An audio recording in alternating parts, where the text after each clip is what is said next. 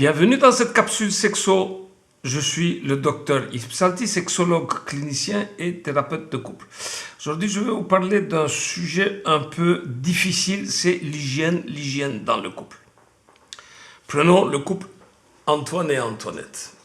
Donc, il est 9-10 heures du soir, ils sont à la maison, ils ont terminé, les enfants sont au lit.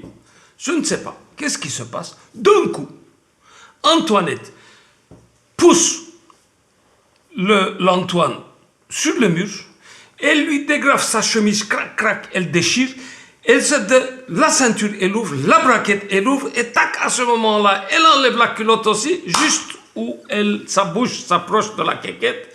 Antoine dit, stop, minute, attends, qu'est-ce que j'attends? Attends, il dit, je vais aller me laver.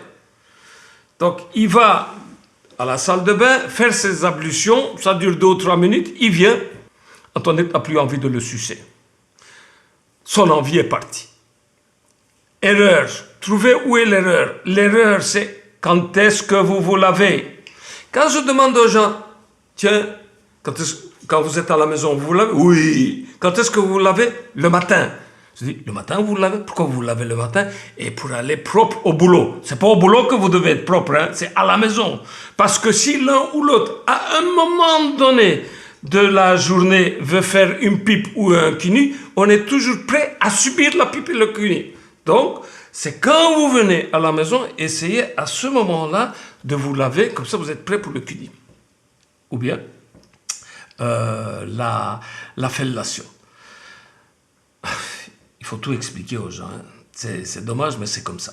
L'hygiène dans un couple est importante. Pas seulement l'hygiène en dessous des bras, pas les pieds, la bouche aussi, sûrement, donc il faut bien se brosser la dent, mais ces parties intimes, c'est aussi important de pouvoir le faire. En plus, je suis dans le sexe oral, restons dans le sexe oral. Justement, notre ami Antoine aime bien, il adore subir la fellation de la part de Antoinette. Mais il n'aime pas faire le cuni. Et le cuni, c'est depuis des années, Antoinette demande cuni. Ah non, lui, il ne va pas le cuni, tout ça. Chez moi, il n'y a pas de poids de mesure.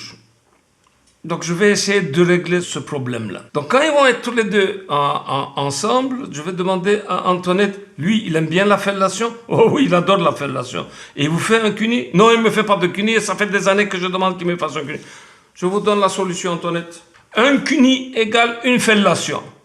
Tu me fais cuni, je te fais fellation. Tu ne me fais pas fellation, tu ne me suces pas, il n'y a pas.